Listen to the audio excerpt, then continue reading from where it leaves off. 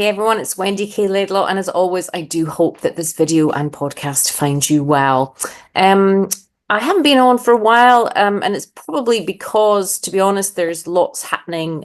Change is imminent. Change is something that I think scares us all, but actually, if we can try and flip that and try and feel curious and excited and optimistic about what change might mean for us, then we can really lean into life rather than feel fearful of it.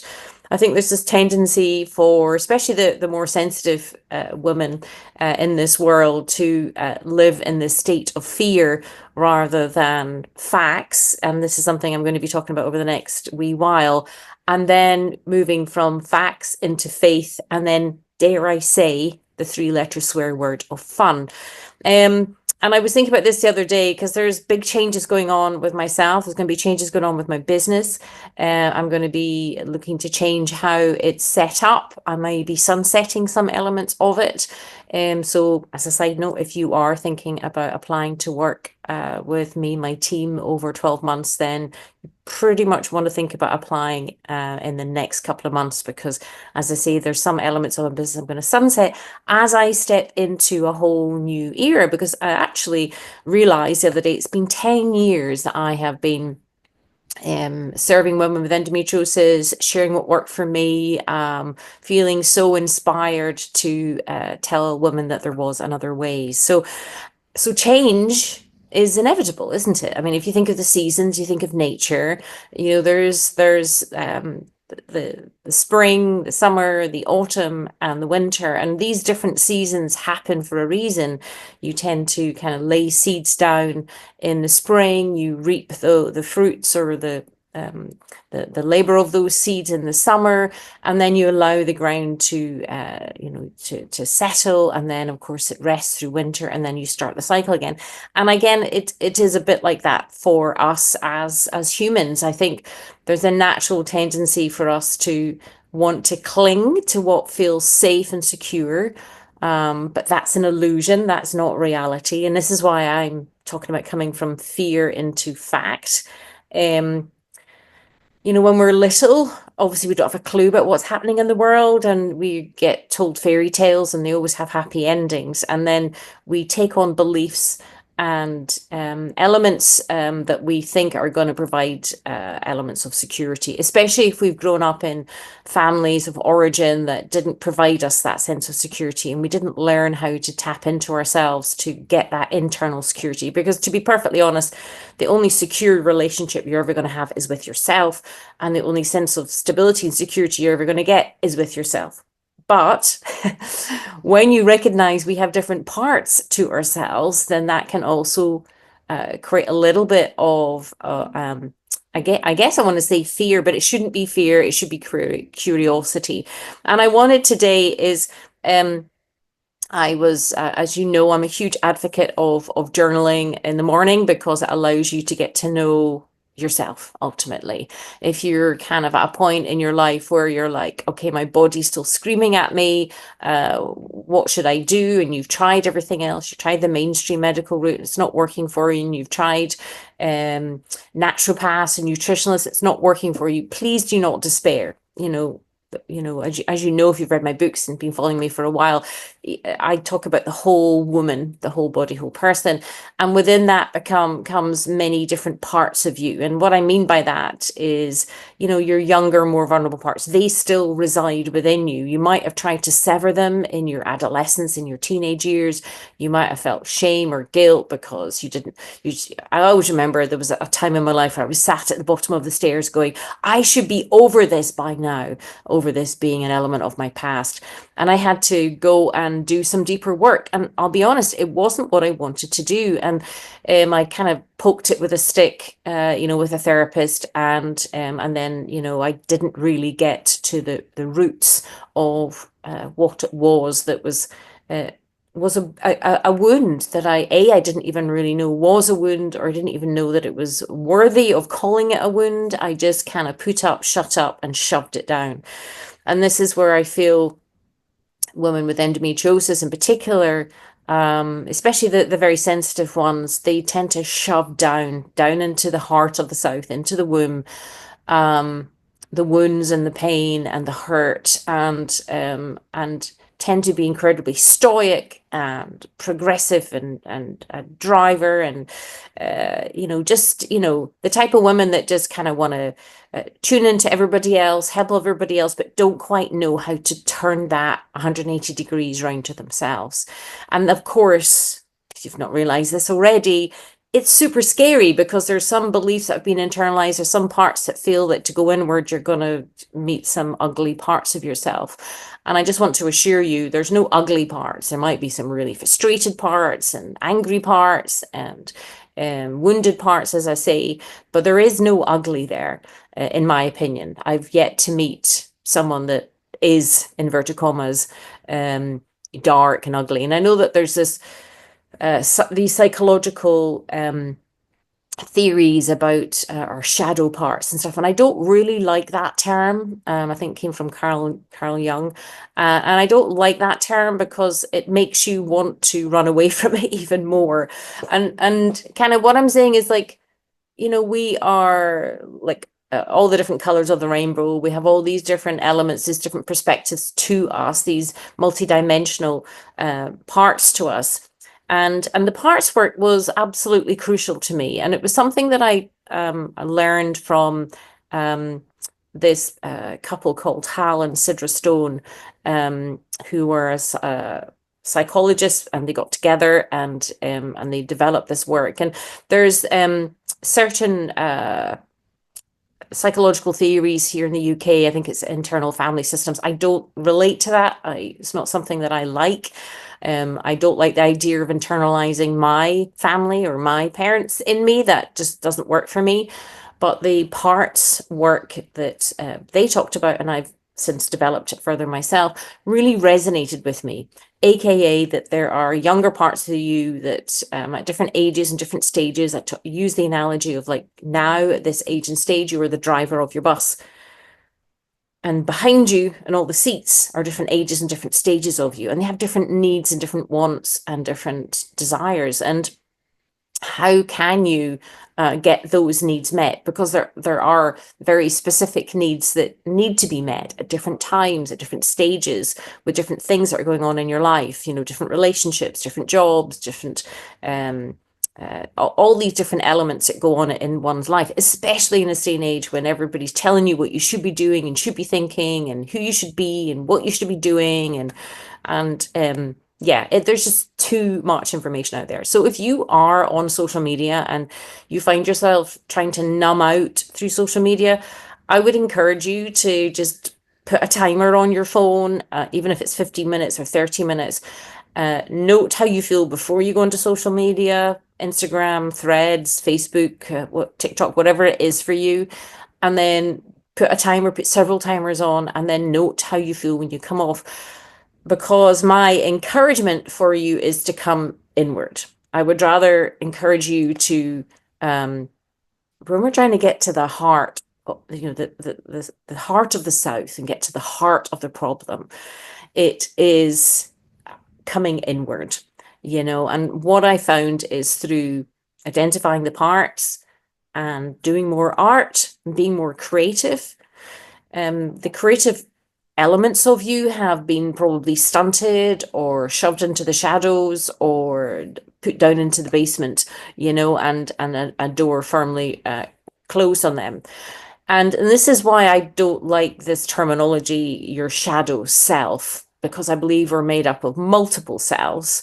Yeah, and I was journaling the other morning there, and I just kind of wanted to share what came up. And it's just another way to kind of like explain what I mean by parts and see if that resonates with different parts of you. Because if you're not getting a pain-free body and a healthy body and a peace of mind, because I'm not a huge advocate for this searching for happiness malarkey. I think that's, I think I'd rather you search for peace of mind, serenity, joy, feeling alive, pain-free, energetic, self-assured, inner confidence. That, if that's what you want to call happy, then call happy. But I think there's this It's because it's the journey that we're on. There is no such thing per se as the destination. What we're looking to do is our journey as women, as you know, I put this condition in remission now 10 years ago. I can't believe it's 10 years already.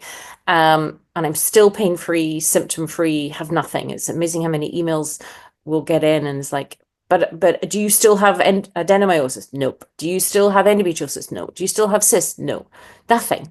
No chronic fatigue, no thyroid issues, no nothing. Diddly squat. And I really do hope when you hear this that you find this inspiring. Like, if you know my story, it was 33 years that was just not even suffering. It was chronic, debilitating misery, depression, high levels of pain. I mean, pain doesn't even begin to go there, which is why I felt so driven to do what I've done over the past 10 years. But equally, I recognize it's time for change for me too. And I recognize, as I'm talking about change, that if you are not getting the results that you want quickly enough, then it's an inside job. You need to come inward. And I've always encouraged women, again, it's very systematic. As you know, we look at the 5 Ps, the 5 poisons, the produce, the products, the property. These are kind of the easy bits, to be honest, but they take a bit of time and work. And it's amazing how even the smallest thing, when your body's inflamed, can make it worse. And then people and past. Those are the challenging things, and that's where you need a team of people, ideally. I've learned as I've got older, I'll go and I'll pay, even though I was, putting on credit cards, and I obviously don't encourage that if you can't afford it, but I recognize that, if I want to get a result quickly, then I have to pay. At the moment, I'm doing some other business ventures and I'm having to invest in myself and having to pay the experts to get where I want to go quickly. I could probably figure it out myself, but it would take me a long time, like it did with endometriosis. It took me a long time to figure it out.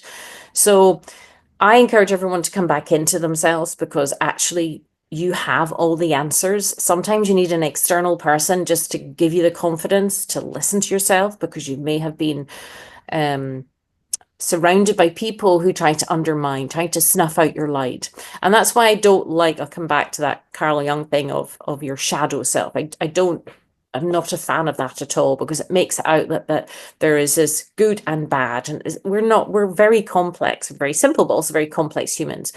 And as I say, I think there's always a fear with women, especially with endometriosis, especially very sensitive people, women that really do care a lot about other and put out that sensitivity, that there's something fundamentally flawed and bad about them. And there isn't. Okay, there isn't. In my experience of working with hundreds and hundreds of women now, is it's what's been projected onto you that you need to shed. It's kind of like an old cloak, damp, smelly cloak that's been put on you that, we help you get rid of, and you see the light and the bright that's there within you naturally. So I wanted to read kind of what I'd put in my journal, because I felt it was maybe another way of explaining the parts work. And we get some really lovely emails, and thank you to those who have emailed in and sharing their thanks. It means so much to me, and it means so much to everyone else, and it does help us keep going. As I say, there's going to be changes shortly, because it's time for me to go onto new horizons, and I'll share more about that another time.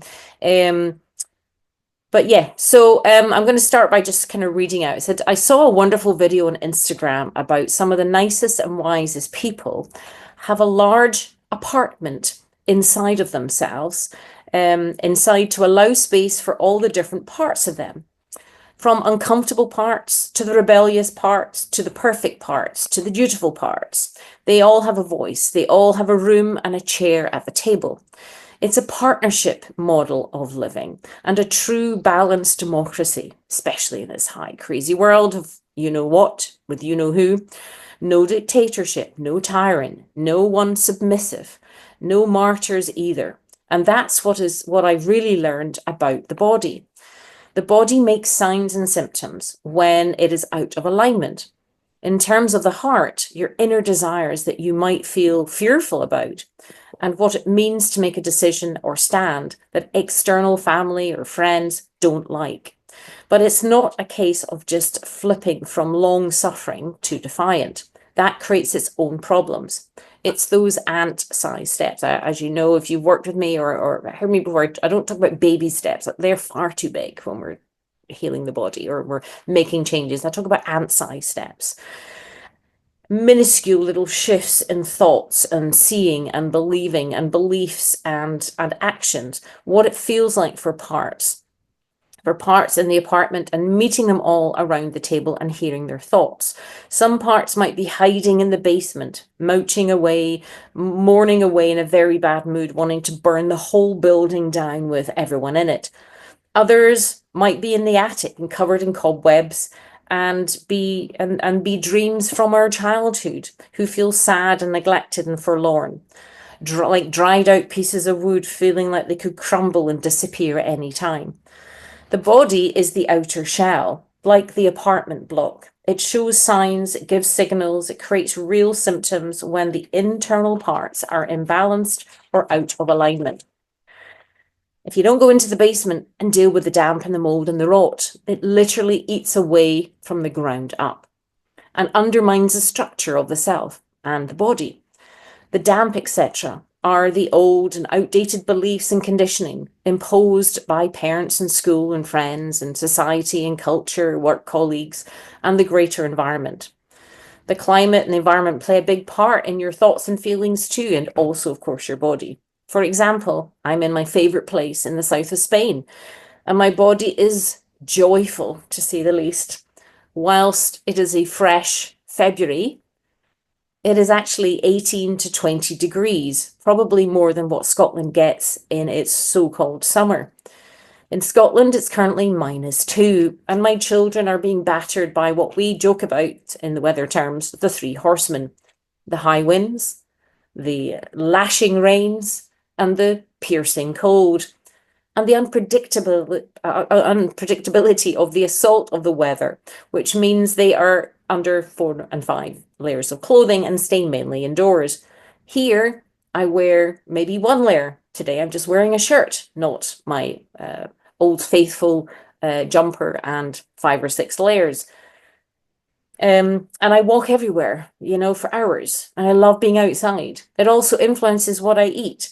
Making it easier to be drawn to beautiful hams and cheeses and tuna and vegetables, and of course, the occasional gluten-free chocolate brownie. But despite the years of learning and yearning to live in a stable, temperate country that has weather that is pleasant and predictable, I also wanted a culture, and this is important to me and my body, that actually values women and children and knows how to celebrate life through these endless fiestas that are on, and also celebrates balance in one's life through afternoon siestas and shops clothing on a Sunday. I mean, I come from a country where everything is on all the time and open all the time, and this pressure and this toxic environment where it's expected that if you're not working, you're a bad person. And if you're not doing 12 to 18 hours a day, you're a bad person and you're lazy. So coming to somewhere in Europe like this with these values is really aligned to me and all my parts. In Scotland, everything is on and open all the time. And we only literally have one celebration a year, and that's at Hogmanay. And the celebrations involves lots of alcohol and getting horribly drunk and poisoning your liver. And the belief system is just to work harder and harder and faster and faster. And that it's lazy to rest and recuperate, that it's selfish to consider yourself and be a martyr and kill yourself considering others at the expense of yourself. I notice it more and more each time I go back onto UK soil from the Spanish soil. I actually notice the rage and the anger that's under my feet in the soil of the environment for centuries, how toxic the environment is, how the conversation revolves around how foul the weather is all the time. All we talk about is the weather. How incredulous people are that we've had 4 seasons in one morning and that they went out in a white outfit, rookie error, and came back looking like a drowned rat and in see-through clothing. No dangly earrings, for you may be scarred for life from the whiplash as the winds whip up the earrings and assault you across the face. No, that's not for me. But once one has brought all the parts to the table, you then need to have a trio of wiser counsel to hear and integrate so all parts feel part of the decisions and don't secretly sabotage from within. Those three parts I call the parent part. Note, not a mother or a father. A part that you can look outwards and that you can take pieces of other people who are kind and loving and nice into yourself. You can almost kind of internalize that lovely voice that you've heard once or twice and be your own inner kind, loving champion. Then your heart and soul part, who keeps you being true to the real you, pulling you out of the velvet rut that you might be in and keeping from calling the soul to grow. Then what I refer to as a higher power or universal source, that energy. It doesn't really matter if you're not religious or you have a particular religion you believe in. It's the essence of what that means for you. So I don't believe in a man's in a white tunic sitting on a cloud, okay? But I do believe there's this universal energy, and it has absolutely got me to this point and guided me through my journaling and things as well. So don't get hung up on that. If those words and terminologies don't relate to you, find something that works for you. I like universal source, but it's like an energy and a magnetism of the earth. You can feel it. You know, if you're a woman with endometriosis, you have this high degree, this exquisitely high degree sensitivity, this ability to tune in to your environment, to look at a wounded animal and feel its pain, or to be out in nature and feel it being absorbed into your cells. You have that. So whatever that is for you, you know, fumble around, find a name that works for you. For me, I like this kind of universal energy, that truth that is felt in your cells, your flesh, and your bones. Those three parts, the parent part, the heart and soul part, and this higher energy part, allow for the middle ground. They are the kind of, they hear all the parts at the table, they take notes, and they try to, instead of us trying to appease those people out there, which is not our responsibility to do, we try and appease our own inner parts. And that is a full-time job in itself. So finding that middle ground and action to be taken and heard by scribbling on paper every day. And this is why I'm a huge advocate. And I wanted to kind of read out my journal. This just kind of like, I wrote 8 pages this morning, and I was just kind of wanting to get really clear again for those women that might be stuck. You know, it's kind of like, oh, if they're thinking, or you're thinking, what am I doing wrong? You're not doing anything wrong. It's a journey. You're on this EndoBoss pathway now, and it takes time. But when we're coming inward, we're literally, as I say, going into this huge apartment block. And we have parts in the basement, we have parts in the roof, and obviously we have parts in all the different floors, and they all have their own room. But we have this big table where we're going to invite our parts to the table. And it might sound a bit weird. And the first time I kind of heard it, it was a wee bit kind of, not sure if it's a wee bit too woo-woo for me. As I said, I don't like the internal family system. That doesn't work for me. And I know some women have been put off by that. So again, find something, a way, as I say, this is what worked for me, and I'm sharing it with you, and you make it your own. But coming every day onto the paper is a way to hear your parts. It's a starting block. It's a starting place. And there's not a day that goes by that I don't journal. I sometimes journal several times a day. I find that I get incredible insights. I had another huge insight this morning. I'm like, oh, never thought of that. And it came on the paper. And it's almost like the pen is a conduit from say, that energetic source, that those instincts, that intuition, that connection. Because if you're constantly living in fight, flight, and freeze, fold, and you're constantly stressed, your brain can't think. You can't separate from who and what is around you because of your high degree of sensitivity. And I'm going to be doing more on super sensitive secret strength, because I think that's an area of focus for me that might give the likes of yourselves more release and comfort learning about. Because I think there's this feeling of, for me to heal, I have to stop being sensitive. No, that's not what we advocate. In fact, quite the opposite. It's leaning into your sensitivity, but recognizing its strength and how to protect that. That's ultimately what the aim is. So there's so much static in the air in our lives. If your body is screaming in denial right now, then you need to redial and tune in. It's kind of like a radio station. You tune in to another station. If there's lots of static on the station, you just keep moving that dial. And that's basically what you're kind of doing on this journey. I'm sure the idea of me even suggesting change feels like, no, I'm fine, Wendy. I don't even want to think about it. Everything's fine. Well, there's actually a number of things that aren't fine. And invariably, it's your environment. Invariably, it's your relationships. Invariably, it's probably your career or your environment that you're working in, or perhaps perhaps elements of your past. And I say that because there's a lot of light in you that's not getting the ability to shine, and it's not in the right relationship to be respected, to shine. It's not in the right environment to breathe, to shine. It's not in the right career where you're being celebrated for your talents and your gifts, to shine. So this is why I talk about kind of writing first, and then just that allows you to tune in without feeling overwhelmed. I started by talking about parts in your apartment and have mentioned this many times before, but I hope that this analogy helps to provide a wider concept. Pain in the body, especially in the pelvis, in the heart of the south. I just want you to think about that. When you see a picture of the uterus, it is the heart of the south of your pelvis in your body. In my opinion, it is, the pains, the wounds, the past, the trauma, the upset, the fear, the anger, the suppression, all these things have been shoved down. And your body is this, some people refer to the body as your subconscious. And what I mean by that is, I'm talking to you from my conscious level right now. When I was journaling, it was like literally my subconscious just dumping down.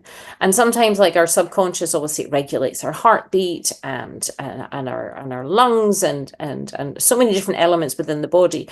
But if we're not in tune with our subconscious is going to try and speak to us. That's why if you think what endometriosis is, it's a hormonal imbalance and it's an inflammatory disease. So given that your body is always wanting to heal itself and naturally rebalance, that's when we flip it to go, well, what is preventing that from happening? And in my experience, it's invariably the emotional component, that there's been a bit of detachment from self for safety's sake. It's like an electrical fuse box. If you put too much electricity through it, we've got fuse boxes in Scotland that automatically switch off when there's a surge of power. And that's kind of what happens to the brain. So if there's too much switching off, or there's not been the environment in which to safely tune into yourself, or an encouraging person or place or people, then it goes down into the body. And then the body then starts to give you signs and signals as to kind of, we need to do something different. And of course, there's conflict. So how do you deal with that conflict? Well, you start, as I say, ant-sized steps with pen on paper. And I get that it's very scary to do that. So start small. So I started talking about parts in the apartment and have mentioned this many times before, but I hope this analogy helps to provide a wider concept. Pain in the body, especially in the pelvis, in the heart of the south, in my opinion, is shoved down deep, traumatic pain from the past, and maybe trauma or whatever's going on in the moment. And again, try not to be scared of that, because what might be deemed traumatic to one person might not be deemed traumatic to another. It could just be something. Francine Shapiro wrote a fantastic book called Getting Past the Past. Again, I encourage you to go and read that book. It explains beautifully how life events, even small or might be perceived small things, can take up residence in our body and in our minds and in our subconscious and keep playing out in different ways. It's a wonderful book. And one of the first stories it talks about is this beautiful woman who just never felt confident and secure, and she would always end up attracting toxic people into her life, having relationships with them, and she would end up feeling like losing herself and overly attaching, like having almost a trauma bond to these people who couldn't ever give her what she needed. Because she didn't really know what she needed, but they were toxic, narcissistic, unpleasant partners who were never going to give her what she wanted.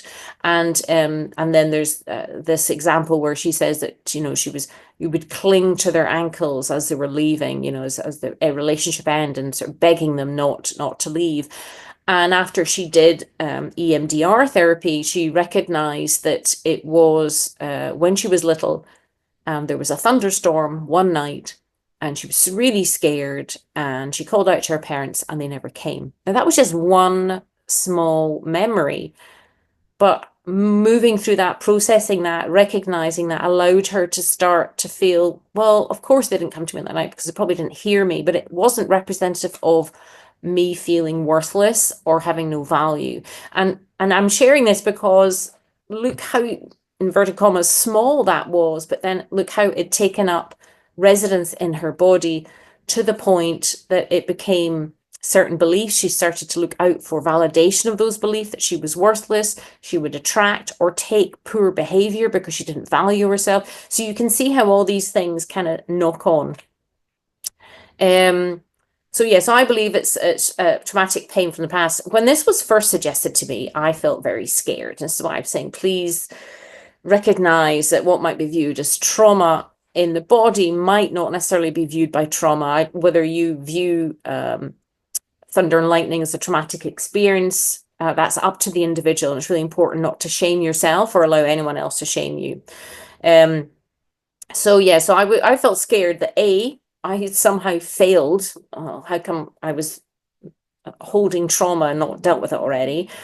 B, that I'd somehow deserved it. Like, maybe I was being punished for something I'd done in a former life or doing now that was terrible. C, that I couldn't go there, to the trauma to process. I thought I'd get eaten up by it. Like I said earlier, I wasn't sure what I was going to see. And that I'd be stuck for life in pain, physically, emotionally, and spiritually. So I'm sharing this.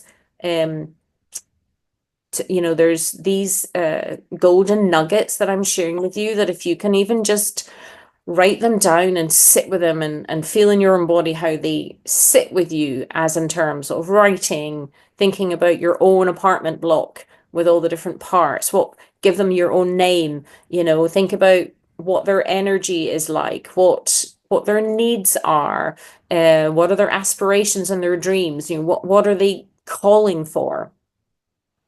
I was also drowning in pain 10 years ago, but my ant-sized step was to pour my fears, concerns, beliefs, and frustrations, irritations, angry, and upset onto paper. It was scary because what if I was to be struck down by God? I wasn't, if you believe in God. Although I've since concurred, I grew up in the Presbyterian, kind of very God-fearing Scottish Presbyterian church, which was God knows your thoughts and you're going to be punished in hell. So I had to get over that. And interestingly, over time, my God, or my universal energy, whatever you want to call it, is a kind one. It isn't going to strike you down and punish you. It's loving, kind, encouraging, not a punisher. As marketed by unkind, domineering, perhaps, parents. And B, what if someone read it? Well, they shouldn't. It's private. So make sure to keep it locked away. And if anyone is being nosy, tell a slight fib, and to deter the nosy Parkers, that you are just recording details about your physical symptoms. It is not a time to share with anyone, by the way, when you're starting to write about your feelings and emotions, especially when you start to feel that, oh God, like, I'm not even really sure I like this friend that I thought I've known since childhood, or I'm not really sure my work colleague is as nice as I thought, that you might start to feel a bit nervous about actually putting that on paper. So to deter, if you're in a partnership or at home or whatever, and you're with people who might see you journaling, it's a good protection. Remember I said we're not looking about getting rid of your sensitivity, we're looking to protect it. And it's perfectly okay to, because you will be writing about your body as well, but you don't have to tell everybody everything. This is one of many elements of protection. Write down what's coming up for you, what you notice. Try just to be curious about it. Go, oh, that's interesting, but try not to judge it. Especially if you're in a relationship, it's not a time to share with anyone. And I mean, not even your partner or your parents, not anyone. What is being uncovered inside? Some may feel threatened. Some of your people around about you, because you are the light, because you're the care, might feel very threatened by you getting well and wanting to change your environment, your relationships, your career, etc. Some may profess love, but it's really control and compliance and submission that they seek for you.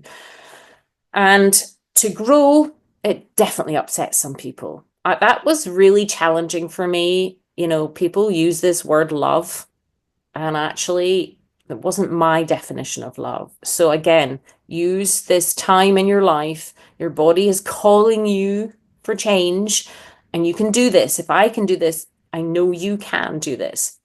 But change upsets the apple cart for a lot of people. If you've always been played this role in this work environment or relationship or in the family or things like that, and you're changing, most people fear change and seek change in equal measure, but very few people, and we have to be the change we want to be. We have to change because our bodies, like I said at the beginning, our bodies just can't tolerate it. You know, we can't shove it down and suck it up because then we become ill. So our journey is to increase our awareness, look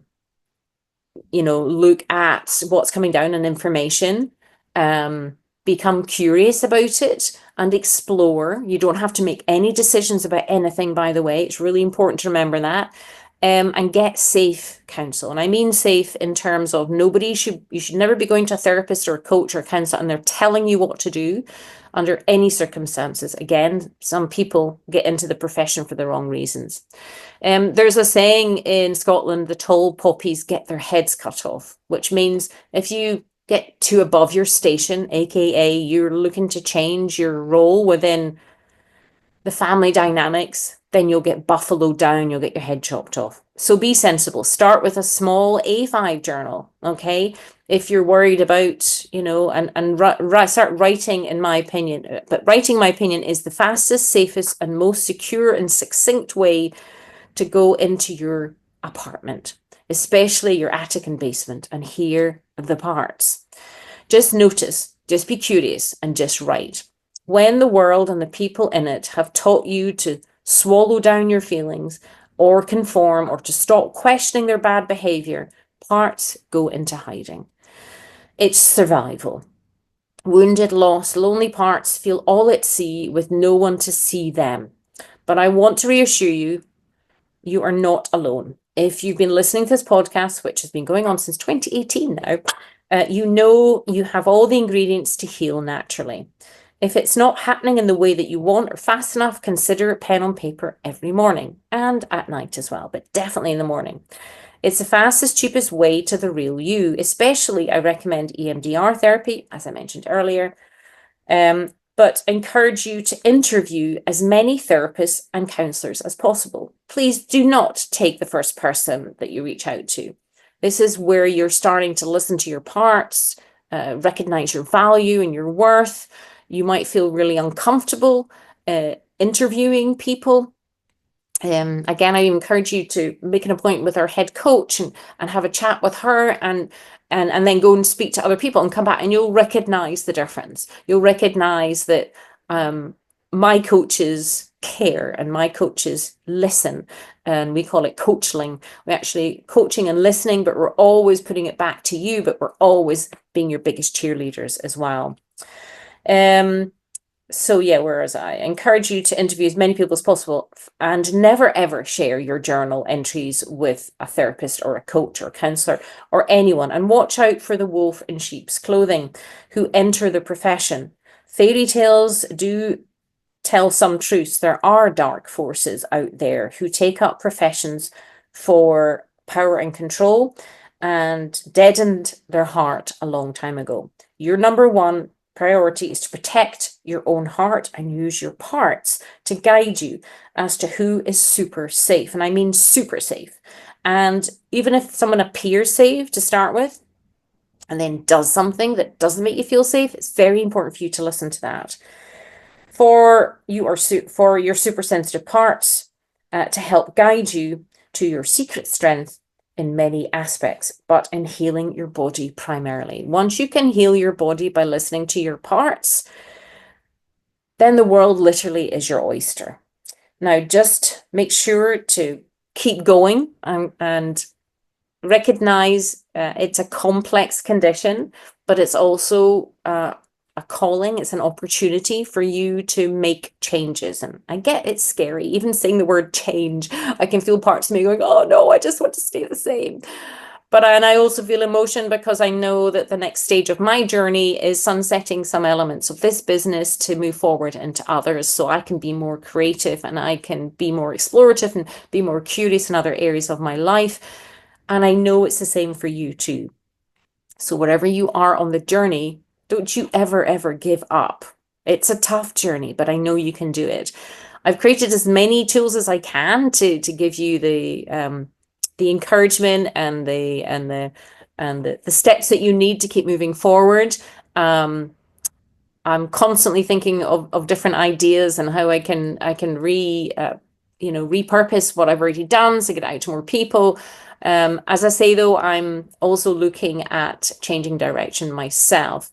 But for yourself, if you recognize the wee itchings of change that you kind of know deep down you need to make, whether it's in your relationship and it scares you, like what does that mean? And in your work, or if you're with your friends and family, just start with ant-sized steps. Now, as I say, I've created the Morning Wisdom Journal, which is available on Amazon. You can start using that as a book to record your journey. It gives you little prompts and daily reminders and things as well. It just gives you some sort of structure if you feel that just writing an A5 journal is a bit odd or you're a bit uncomfortable with that.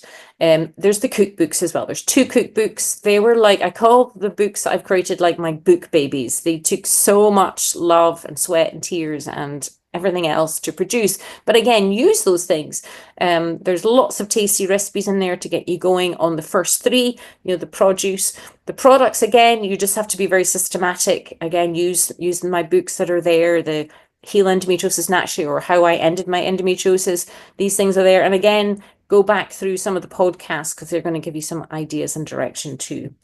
And lastly, as I said, there is change coming up for me. I'll share more over the next couple of months. And I'm going to be sunsetting some programs. But at the moment, you can still do the 21-day Endoboss challenge. Now, the idea of the challenge was to challenge you, funnily enough, to start listening to yourself and challenging you to journal in the morning as well. And it's a wonderful program. I mean, it is life-changing, just that program on its own. It just gives you a taster of what it's like to listen to yourself and also engage with the content. And then, of course, as I say, there's the Endoboss Academy, which is a 12-month program, which is a big investment in yourself because you're worth it.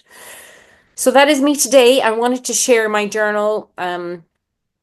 It's listening to myself has got me to a pain-free body, is getting me to where I'm making big changes on where I'm going to be living, changes on where I'm moving forward, changing how I view myself, how I think. And I know that you can get that too. If you're feeling scared right now, it's okay. Just write down your thoughts and feelings and your fears and allow some compassion to develop for yourself and know that you have everything. You have all the ingredients within you to heal yourself. Just never give up, and to your health.